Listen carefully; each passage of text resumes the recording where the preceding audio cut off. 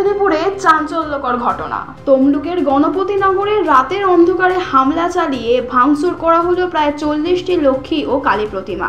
অভিযোগ, অনিল চাকরার মৃৎশিল্পালয় ছিল হামলার টার্গেট। স্থানীয়রা জানান, রাতের এই হামলায় এলাকায় উত্তেজনা ছড়িয়ে পড়ে। প্রতিক্রিয়ায় বিশ্ব হিন্দু পরিষদ জাতীয় সড়কের কাছে ডিএম অফিসের সামনে পথ অবরোধ করে বিক্ষোভ চালায়। প্রায় 1 ঘন্টা চলা বিক্ষোভের পর পুলিশি হস্তক্ষেপে পরিস্থিতি নিয়ন্ত্রণে আসে। পুলিশ ঘটনার তদন্ত শুরু করেছে। স্থানীয় বাসিন্দারা ভীতিশঙ্কুল। এই ঘটনার পেছনে কে বা কারা দায়ী তা জানতে এখন নজর গোয়েন্দাদের দিকে।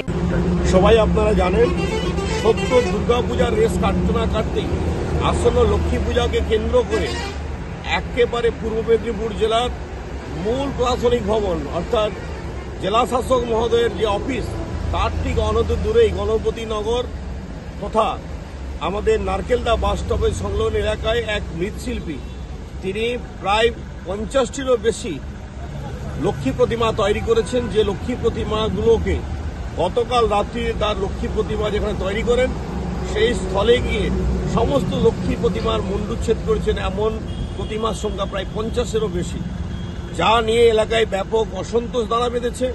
হিন্দু সনাতন ধর্মের ভাবাবেগে আঘাত করা হয়েছে। যে বা যারা এই ঘটনার সঙ্গে যুক্ত তাদেরকে আমরা চরম হুঁশিয়ারি দিয়ে বলতে চাই, এটা বাংলাদেশ নয়, এটা ভারতবর্ষ। ভারতবর্ষের পশ্চিমবঙ্গের অন্তর্গত পূর্ব মেদিনীপুর জেলা, যে জেলার মাটি বিপ্লবের মাটি।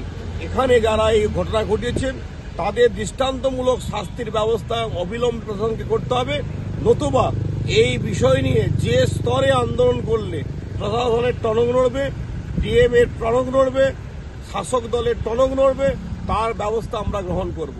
আমার নাম বামদেব কুচাই, আমি পূর্ব মেদিনীপুর জেলা পরিষদের বিরোধী দলনেতা।